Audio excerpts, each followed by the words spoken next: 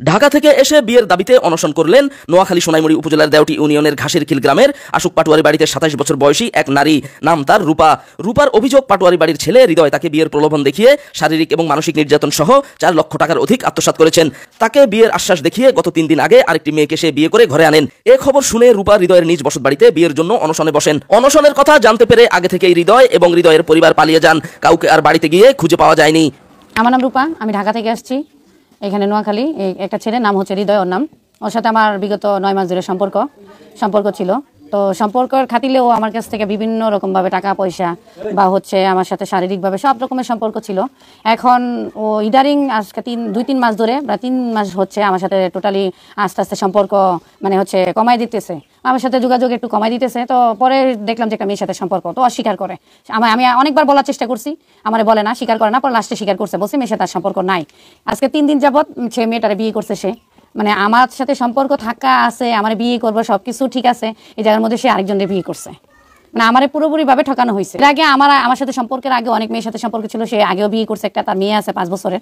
আমার সাথে 2016 সালে তার সাথে পরিচয়, ডান্স প্রোগ্রাম হিসেবে ওর সাথে আমার পরিচয়। ও ডান্স করতো, আমিও ডান্স করতাম। এখন ছেড়ে দিছি, 4-5 বছর হয়েছে। তো ও যখন ডান্স করতো, তো ওদের ওই ধারায় আসতাম, এখানে ঢাকা থেকে নোয়াখালীতে আসতাম আমরা প্রোগ্রামে। তো ওইভাবে তার সাথে পরিচয়, তখনও আমার অফার করছে, তো আমি ওর সাথে সম্পর্কে যাই নাই। তো 2023 সালেও সম্পর্কের জন্য অফার করছে, তখনও আমি যাই নাই। তো 24-এর শেষে দেয়া, তারপরে আমি হচ্ছে আমার অনেকভাবে বোঝানোর পরে আমি তার সাথে সম্পর্কে গেছি। চিন্তা করছি আমার হাজব্যান্ড মারা গেছে বাইক অ্যাক্সিডেন্টে, তো ওরও একটা বাচ্চা আছে, আমারও বাচ্চা আছে, হয়তো ওরও বিয়ে হয়েছে, ডিভোর্স হয়েছে, আমার হয়তো ভালো লাগবে বা ভালো রাখতে চাইছে এই জন্য সম্পর্কে। তো এই কারণে আমি তার সাথে সম্পর্কে গেছি। মানে আমি এর আগে 2 বার আসছি ওদের বাসায়।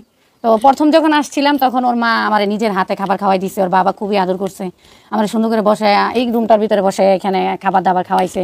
তো ওর বোনের সাথে কথা বলাই দিছে, সবাই আমার সাথে ভালো ব্যবহার করছে। তো বাসায় পাঠাই দিচ্ছে, আমি বাসায় চলে গেছি, একদিন ছিলাম ওদের বাসায়।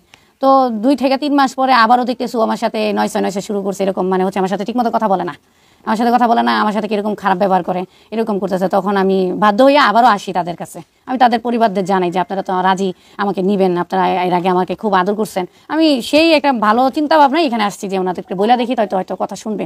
তো বলার পরে ওনারা বলতেছে যে ওনার ছেলে ভালো, আমি ভালো না, আমি খারাপ, খুবই খারাপ। আমি ওনার ছেলের বেলে কেন দুনিয়া তার কোনো ছেলে পাইনি, ওনার ছেলের কাছে কেন আইসি, মানে যা তা না, খুব খারাপ ভাষায় কথা বলছে। তার বোন সহকারে, মানে আর বোন আছে একটা, সেও আমার অনেক খারাপ ভাষায় কথা বলছে, বাবাও বলছে, মাও বলছে। তো খারাপ ব্যবহার করার পরে ওর বাপ মার সামনে আমার মারছে। এই যে এখানে আমার এখানে স্পট আছে, মারছে এই বাড়িতে এইখানে। তো মারধর করছে, আবার মারধরের পরে বুকের মধ্যে জড়ায় রাখা আবার আমার সাথে একসাথে ছিল এইখানে, এই রুমে এইখানেও ছিল। আবার চাটখিল নিয়ে গেছে, ওইখানে চাটখিল একটা হোটেল আছে 7 ইয়ার, এই হোটেলও আমার সাথে ছিল। যখন আমরা কক্সবাজার যাইতাম তখন আমার সাথে যে কাজটা হতো এগুলা ভিডিও করতো। ভিডিও আছে ওর কাছে, প্রায় 10-12-15টার মতো ভিডিও আছে। তো ভিডিও আছে, এগুলা দিয়েও আমার ব্ল্যাকমেল করতো। আমার কাছে স্ক্রিনশট আছে যে আমি এগুলা ভাইরাল করে দিব, আমি এগুলা করতে পারি, হ্যান তেন। আমার এইসব বইলা টাকা নিত আমার কাছ থেকে। আমি এটার প্রমাণও দিয়ে দিছি যে আমার কাছে এইসব বইলা আমার কাছে টাকা নিত। 10,000, 15,000, 25,000, 26,000 টাকা করে এমন টাকা নিত আমার থেকে, ক্যাশ টাকা নিছে। মোট কত টাকা নিছে? আমার থেকে 4,47,000 টাকা নিছে মোট। এর আগে আমি ওদের বাসায় যখন আসছিলাম তখন আমার খুব মারধর করছে, তখন আমার খুব অত্যাচার করছে। আমি বিষ খাইছিলাম, বিষ খাওয়ার পরে আমার মুগদা মেডিকেল ভর্তি ছিলাম আমি 6 দিনের মতো। এটা হচ্ছে প্রায় 2.5 মাস আগে। আমার একটাই দাবি যে আমি তো প্রথম তার সাথে সম্পর্ক করতে চাইনি, তো আমার সাথে যেহেতু জোর করে সম্পর্ক করছে, আমার স্বপ্ন দেখাইছে, আমি স্বপ্ন দেখছি, আমি আশা করছি, আমি মায়া করছি, ওরে ভালোবাসছি, আমি আশা করছি যেহেতু তার কাছে বিয়ে বসবো, সে আমার আশা দিয়ে আরেকটা মেয়ের বিয়ে করছে আজকে 3 দিন আগে। আমি এই কথা শোনার পর আমি সুইটা এখানে আসছি। আমার এলাকাবাসীর কাছে একটাই দাবি, আপনাদের কাছে আমার একটাই দাবি, ও যেহেতু আমার স্বপ্ন দেখাইছে, আমি ওর কাছে বিয়ে বসবো, এটাই আমি চাই, আমি আর কিছু চাই না। আমার বিয়ে না হওয়া পর্যন্ত এখান থেকে আমি উঠবো না। আমি বিয়ে যদি আমার না হয় তাহলে আমার ছাড়া উপায় নাই, আমি এখানে সেট করবো। এলাকাবাসীও রূপার পক্ষ নিয়ে হৃদয়ের বিচারের দাবি জানান প্রশাসনের কাছে। হৃদয় আমাদের দেশের ফুলা, আমরা জানি ও কিরকম, ও খুব বিখাউজ টাইপের ফুলা, এবং জায়গা এলাকা থেকে দূরে নিখাই ফালাই যায়, এর লোক সম্পর্ক করে, সেই লোক সম্পর্ক করে।